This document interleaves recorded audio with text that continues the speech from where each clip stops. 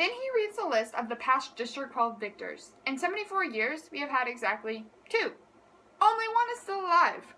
Hamish Abernathy, a punancy, middle-aged man who at this moment appears to be hollering something unintelligible, staggers onto the stage and stumbles into the 3rd chair. He's drunk. Very drunk. The crowd responds with its token applause, but he's confused and tries to give Effie Trinket a big hug, which she barely manages to fend off. The mayor looks distressed. Since all of this is being televised, right now, District 12 is the laughingstock of Panem, and he knows it. So he quickly tries to get the attention back to the stage by introducing Effie Trinket. If you had to fight to survive and nothing is like it is now, how would you do it? Katniss Everdeen is 16 years old and goes into the Hunger Games by choice for her younger sister Prim. But would you?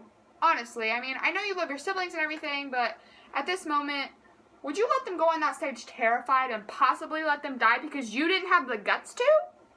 Or would you risk your life just so they didn't die? The Hunger Games by Susie Collins. Bright and bubbly as ever, Effie Trinket trots to this podium and gives her signature, "Happy Hunger Games! May the odds be ever in your favor!" speech. Her pink hair becomes untucked and hangs out over her shirt. It's the detail. The untucked blouse forming a ducktail that brings me back to myself. Prim! The strangled cry comes from my throat, and my muscles begin to move again. Prim! I don't need to shove through the crowd, because the crowd has made a path immediately allowing me straight to the stage. I reach her just as she is about to mount the steps. With one sweep of my arm, I push her behind me. I volunteer! I gasp. I volunteer as tribute.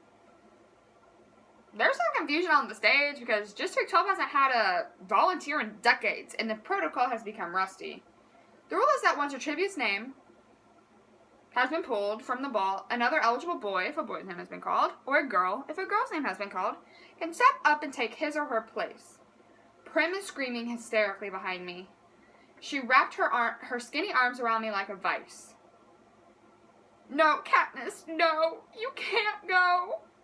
Prim, let go, I say harshly, because this is upsetting me and I don't want to cry. When they replay this on TV tonight, I don't want to be marked as an easy target or a weakling, and I will give no one that satisfaction. Well, bravo, gushes Effie Trinket. That's the spirit of the games. She's pleased to finally have a district with a little action ongoing in it. What's your name? I swallow hard. Katniss Everdeen, I say. I bet my buttons that was your sister. Don't want her to steal the glory now, do we? Come on, everyone, let's give a big round of applause for your newest tribute, thrills Effie Trinket. Then something unexpected happens. At least, I don't expect it to happen because I don't think District 12 is a place who cares about me. But it seems I have become someone's precious.